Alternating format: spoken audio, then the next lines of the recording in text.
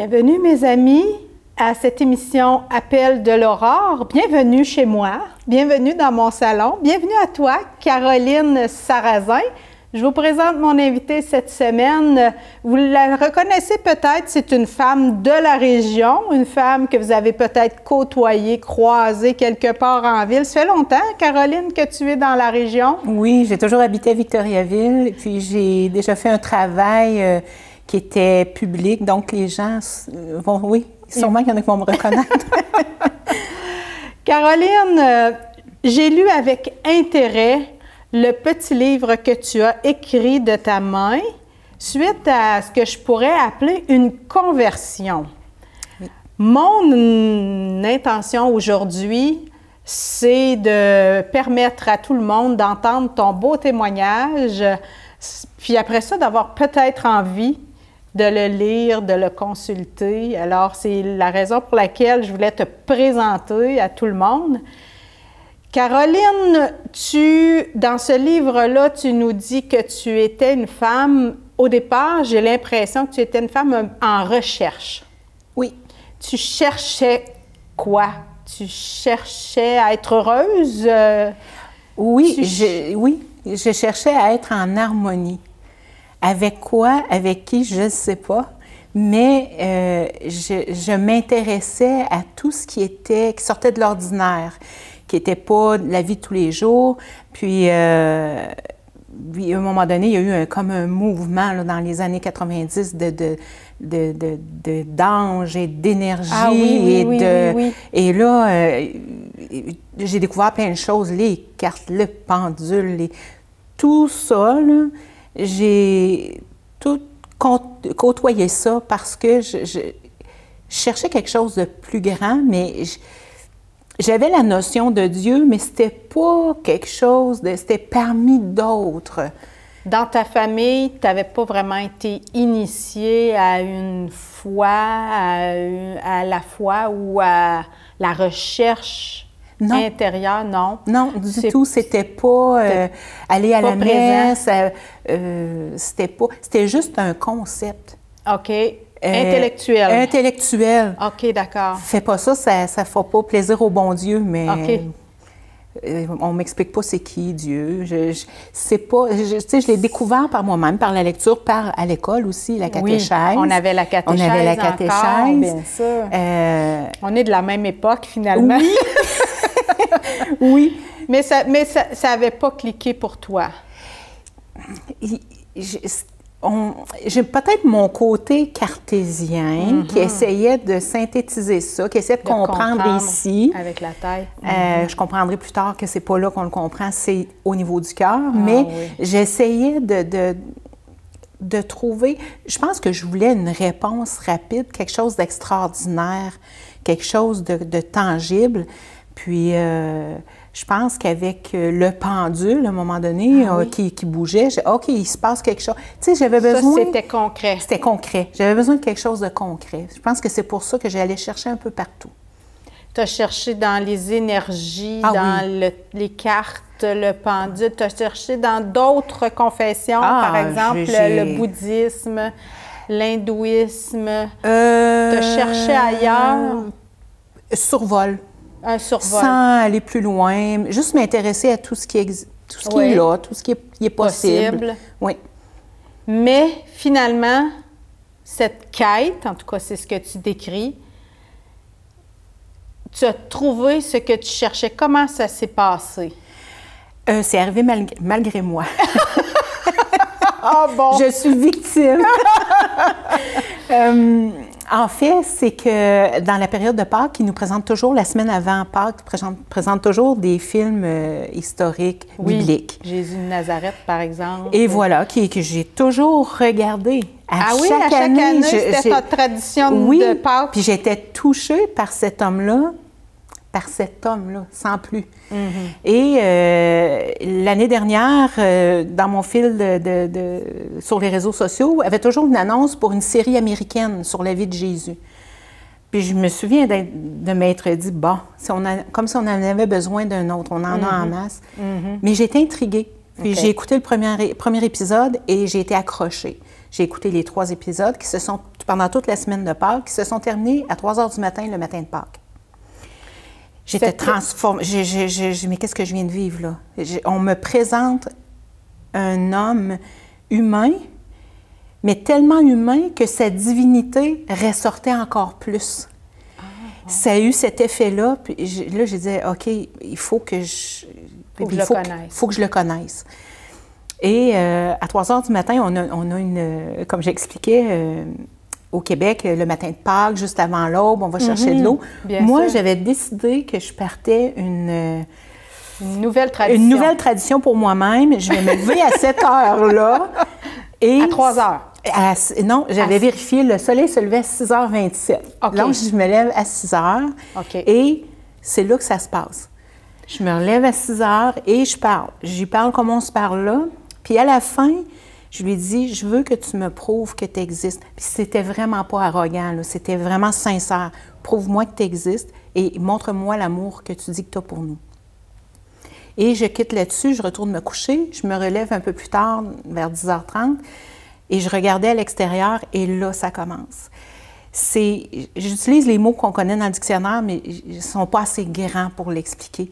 C'est vraiment, ça débute par des papillons qu'on a là, quand on va vivre quelque chose de le fun. Là. Quand on tombe amoureux. Quand on tombe amoureux, oui. Amoureuse.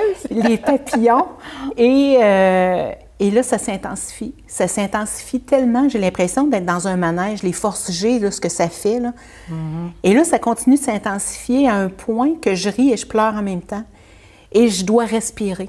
Je respire et je me dis, mais je ne pourrais pas prendre plus que ça. Là. Okay. Et en disant ça, ça se retire. Et là, ma tête embarque parce que... Ben oui, il faut t'expliquer ça. Ben oui. Mais là, je ne trouve pas d'explication. J'essaie de trouver et ça recommence. Une deuxième fois. Une vague. Et là, je comprends ce qui se passe. J'ai demandé et on me répond. Et c'est... C'est clair. C'est sans équivoque. Je le comprends. Pour toi, c'est ça. Je le comprends que c'est ça.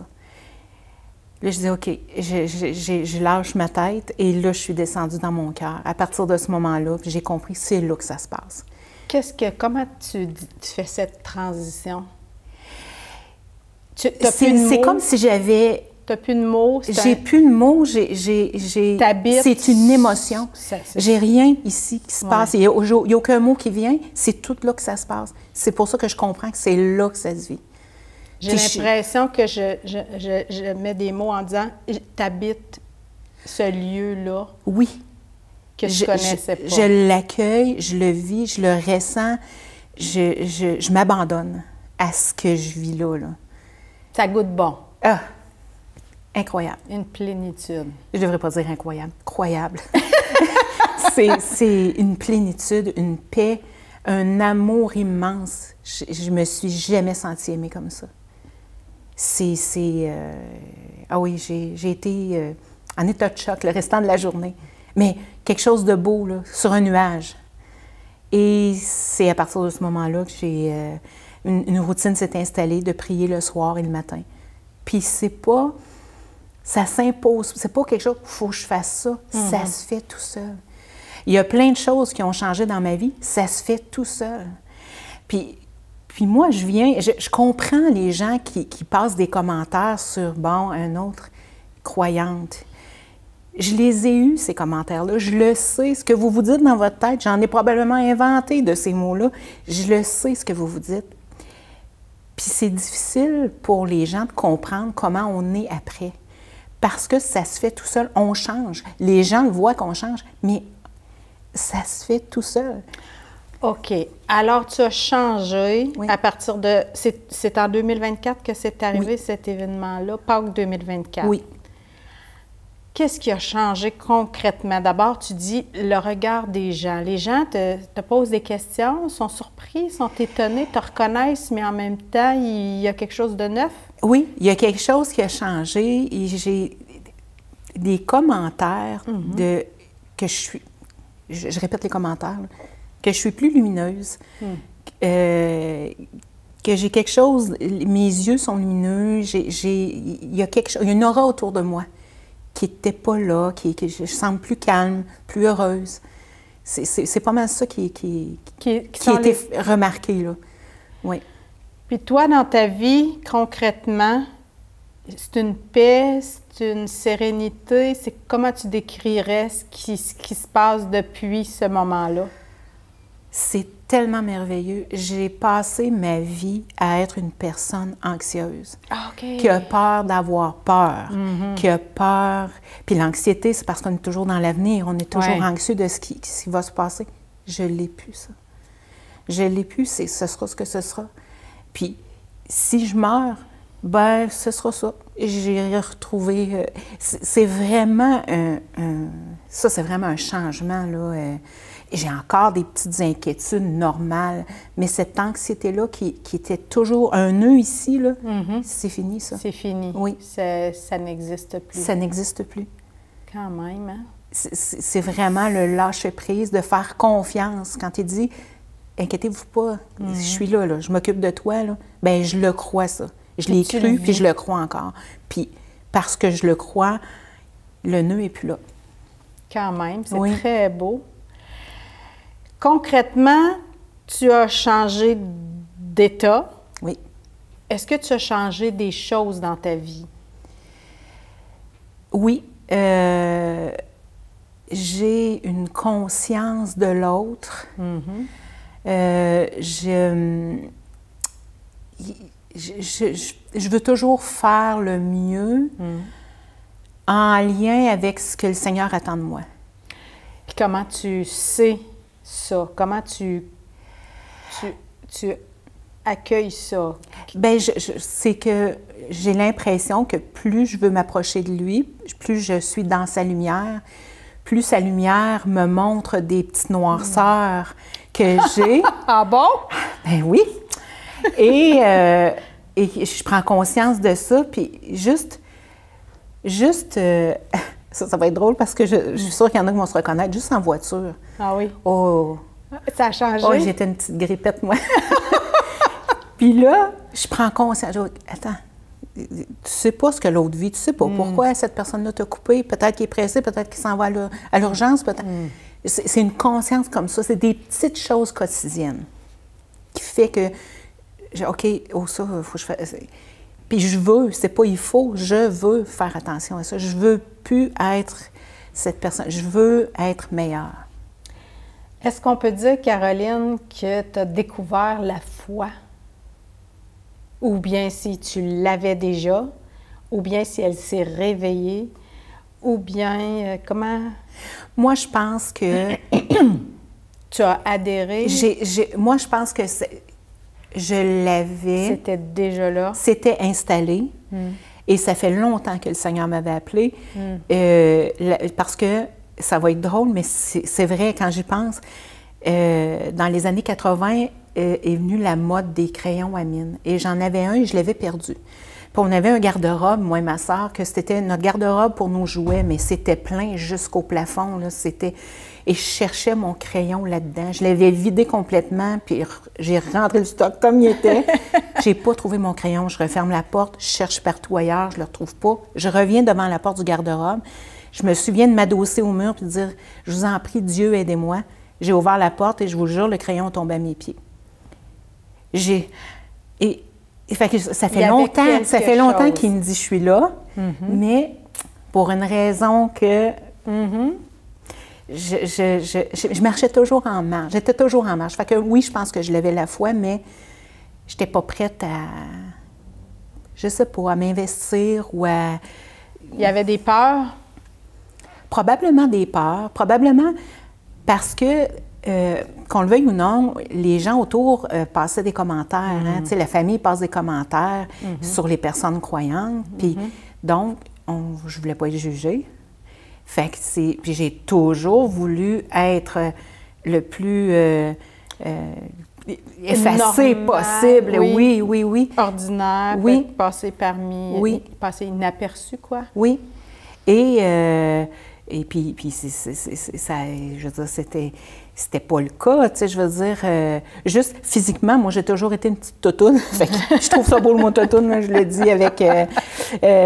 mais fait que puis je disais à la blague que mon corps a pris la place que je voulais pas prendre dans la vie. Je voulais tellement m'effacer. Fait que tout m'amène. Puis tu sais, aujourd'hui, je réalise ça. Puis tout m'amenait à être et à croire, tu sais. Puis là, tu es sous le feu des projecteurs. Oui. Quand même. Quand même, hein? Caroline, tu t'es mise à fréquenter l'Église. Quel accueil tu as eu? Ton instinct t'a amené à l'Église. Comment? Qu'est-ce qui s'est passé pour que tu viennes? Parce que tu ne fréquentais pas l'Église avant. Non. Qu'est-ce qui t'a amené? C'est quoi l'élan, la poussée? Ben, en fait, c'est que moi, je vivais ça toute seule dans mon coin, là, Ouais. tout ça, là. Puis j'avais besoin de côtoyer d'autres personnes avec qui je pouvais en discuter. C'est difficile d'être croyant seul. C'est très difficile d'être croyant seul. Ça allait bien, je veux dire, mes prières, tout ça, puis je me sentais pas seule, mais j'étais seule quand même à vouloir en parler. Et j'ai toujours été quelqu'un qui, quand je vivais quelque chose de le fun, je voulais le partager aux gens. Mais là, il y a une réserve, c'est être croyant, c'est la religion, c'est... Oui, c'est ça. Fait qu'il y a une réserve, il faut naturellement. choisir un peu les gens avec qui on va en parler, Oui. parce qu'on ne veut pas tanner personne. Donc, c'était ça un peu, mais il y avait... Tu cherchais un milieu pour pouvoir... Oui, mais il y avait aussi l'Eucharistie. Pour moi, ça me parlait. Pour moi, c'était... Vraiment, le corps et le sang du Christ, là, c'est pas juste un symbole, c'est pas juste une petite rondelle blanche, là. Donc, c'est à l'Église qu'on a ça. Puis moi, j'étais baptisée, catholique. Tu avais fait tes premiers sacrements? J'avais fait ça, oui. OK. Donc, oui, je me suis présentée à l'Église et je me souviens du premier moment où j'entre. L'odeur de l'encens, du bois, le sentiment de cocon qu'on ressent, même si c'est haut, il y a quand même un effet protecteur, enveloppant. Puis je me souviens de m'être dit, je suis à la maison. Je suis à la maison. Je me suis sentie comme ça. Donc, oui, les premières fois j'assistais, j'étais en arrière, parce que je sais rien. Pourquoi les gens se lèvent? Ah, ils disent quoi, là? OK. C'était...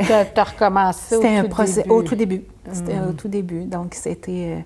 puis j'y retournais, puis j'avais hâte, là. J'avais hâte d'y retourner. Puis il y a une autre messe, telle autre journée. Ah, OK. C'est vraiment pas un devoir, j'aime ça. Être là, j'aime recevoir la parole. La parole, oui. Puis le pain de vie. Et le pain de vie, oui.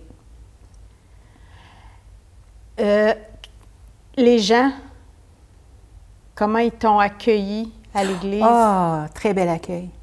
Très bel accueil. Tu sais, au début, comme je disais, j'étais plus dans mon coin. Puis, à un moment donné, j'ai demandé à rencontrer un curé parce que j'avais des questions. OK. Puis, j'avais besoin de raconter ce qui m'était arrivé, puis probablement pour valider mon côté cartésien. Et donc, puis c'était un très bel accueil. Et on m'a rassurée dans ce que je vivais, puis de continuer à faire ce que je faisais. Puis là, mais j'étais inquiète parce que je ne sais pas, moi, pourquoi les gens, avant d'entrer dans le banc, ils font une génuflexion. Qu'est-ce qu'ils disent après? C'est quoi? Ce que tu as commencé, c'est bien. Continue dans ce que tu fais. Puis je comprends, j'ai été rassurée, puis je comprends le curé qui ne voulait pas que je remonte là. Il voulait que je reste ici. Instinctivement, je faisais ce que j'avais à faire. Puis il a été assez wise pour le voir, puis je l'en remercie. Là. Donc, puis comme ça, j'ai été bien accueillie. Tu avais autrement dit une naïveté qui était à conserver, selon lui, comme un trésor parce que tu apportais ta fraîcheur. Oui. Puis tu comprenais avec ton cœur, non pas avec ta tête, ce que signifie tel geste ou quelle je dirais, intention tu pouvais faire, toi, dans ton cœur, que tu pouvais donner à ces gestes-là. C'était personnel, ça venait de toi. Oui, c'est ça. Est-ce que tu considères, Caroline, que ton retour à la foi catholique a été bien... est bien accompagné? Est-ce que tu as des idées? Parce que tu n'es probablement pas la seule qui a envie as-tu des suggestions? As-tu des commentaires? On pourrait appeler les recommençants, ceux qui, comme toi, goûtent à la foi pour une foi renouvelée, je dirais. Est-ce qu'il y a quelque chose qui pourrait être mis en place pour accompagner ou recevoir des gens comme toi? Oui. Dans les paroisses? Oui. Comme, selon toi? Moi, j'aimerais beaucoup qu'il y ait un groupe de discussion pour les nouveaux. Je sais qu'il y en a présentement pour les jeunes, et c'est très bien, mais si on pouvait appliquer la même chose pour tout âge, puis les nouvelles personnes qui arrivent, qui, comme moi, ont probablement des questions ou qui ont besoin d'en parler. Oui, c'est ça. Moi, je vis ça, puis toi, puis ça, là, ce serait super. Ce serait vraiment, vraiment, vraiment le fun, mais oui, moi, j'ai beaucoup d'idées, beaucoup d'idées. Je suis une personne qui a beaucoup d'idées. Et ce qui brûle en moi, c'est de faire redécouvrir Jésus, mais arrêtons de le voir en... Et je m'excuse, je vais le dire crûment, mais en robe longue et en gogoune, là, il est actuel aujourd'hui, puis de le redécouvrir comme ça, comme l'humain qui a été quand il était ici, mais comme le Dieu qu'il est aussi. J'ai beaucoup d'idées, de projets par rapport à ça pour vraiment le faire connaître. T'en parles avec l'équipe pastorale ici en place? Oui. Ben, parfait, oui. Je suis impliquée dans plusieurs... J'ai hâte de voir les nouveautés oui. que tu vas amener avec ta foi neuve et nouvelle. Caroline, tu parles de prière. Instinctivement, tu as eu envie de prier. Tu as eu besoin, tu dis, de prier. Qu'est-ce que c'est ta vie de prière? Comment tu pries? Bien, en fait, à chaque matin, avant même de mettre les pieds au sol, je m'assois et je remercie de faire partie de sa liste des gens qui sont réveillés ce matin. Je remercie d'avoir fait partie de sa liste de réveil. C'est bien. C'est super, je vais pouvoir faire une autre journée. Puis ensuite de ça, c'est les prières de Notre Père, je vous salue Marie, gloire. Puis souvent, je vais parler aussi, comme je parle à quelqu'un. Je vis telle chose, c'est difficile, ce serait bien de m'accompagner aujourd'hui, puis de demander à l'Esprit Saint de me donner les bons mots, la bonne parole, être la bonne personne, qui fasse les bonnes choses, de ne pas céder à mon ego. Et ça, je le dis, c'est mon but, c'est que mon ego se mette à genoux et fasse la révérence devant le Seigneur. Et c'est pas facile, parce que notre ego, il est fort. Oui. Le désir d'être et de paraître. Oui. Puis c'est la même chose le soir, avant de me coucher, remercier pour la journée. Puis, Est-ce que tu pries avec la parole de Dieu? Quelle place ça a pour toi, la Bible, la parole de Dieu, les textes? J'ai fait beaucoup de découvertes, beaucoup dans les psaumes. Je me suis sentie interpellée dans les psaumes. Ça me parlait. Lire aussi les évangiles. Mais là, je suis en pleine étude de la Bible. Je fais ça par moi-même, là. Puis c'est pour nourrir mon petit côté cartésien. De faire un peu l'arbre généalogique de « OK, ça, c'est le fils de lui. » Puis oui. Puis ça me passionne parce que j'ai un côté qui adore l'histoire aussi.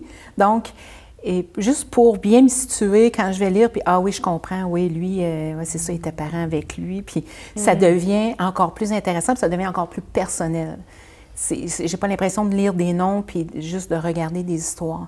Et d'ailleurs, la Bible, juste te dire que moi, je croyais que c'était des histoires anciennes qui nous servaient pour nous apprendre un petit peu la morale.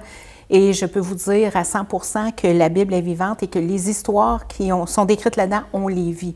Je l'ai vécu quand je raconte l'histoire avec Dieu me demande de prier pour mon père, puis je voulais pas le faire. Puis finalement, j'ai dit, OK, le mieux que je peux faire, c'est de prononcer une phrase. C'est tout ce que je peux vous donner.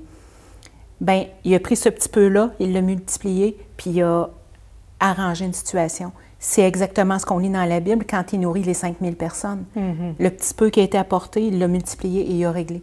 On vit ce qui se passe dans la Bible à tous les jours. Que c'est beau de t'entendre. On dirait que tu as connu les pères et les mères de l'Église dans leur entièreté et dans leurs enseignements. Il y a une belle parole qui me vient quand je t'entends. Ma loi, je l'inscrirai dans leur cœur. C'est vraiment, je pense, ce que tu vis, c'est-à-dire que Jésus, instinctivement, te parle de lui, inscrit en toi ce qu'il a envie de te faire vivre, puis ce qu'il voudrait que tu fasses et que tu vives. Tu aimes beaucoup le psaume 16. Il nous reste une courte minute. Si tu veux, Caroline, ensemble, on pourrait terminer par la lecture de ce beau psaume comme une prière, comme un hymne, pour clore l'émission. Je te laisse la chance de proclamer, la parole à nos auditeurs, auditrices.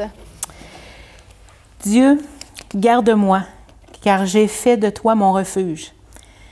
Je ne sais pas, je vais être capable de me rendre sans pleurer. Vas-y. Je dis au Seigneur, c'est toi le Seigneur. Je n'ai pas de plus grand bonheur que toi. Les divinités de cette terre, ces puissances qui me plaisent tant, augmentent leurs ravages. On se rue à leur suite. Mais je ne leur offrirai pas de libation de sang, et mes lèvres ne prononceront plus leur nom.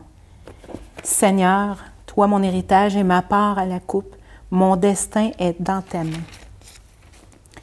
Le sort qui m'échoit est délicieux. Le lot que j'ai reçu est le plus beau. Je bénis le Seigneur qui me conseille même la nuit, ma conscience m'avertit. Je garde sans cesse le Seigneur devant moi. Comme il est à ma droite, je suis inébranlable. Aussi mon cœur se réjouit, mon âme exulte et ma chair demeure en sûreté. Car tu ne m'abandonnes pas aux enfers, tu ne laisses pas ton fidèle voir la fosse. Tu me fais connaître la route de la vie, la joie abonde près de ta face, à ta droite, les délices éternels. Merci Seigneur pour ta présence dans nos vies. Merci Caroline pour ta présence ici. À la semaine prochaine tout le monde. Au revoir.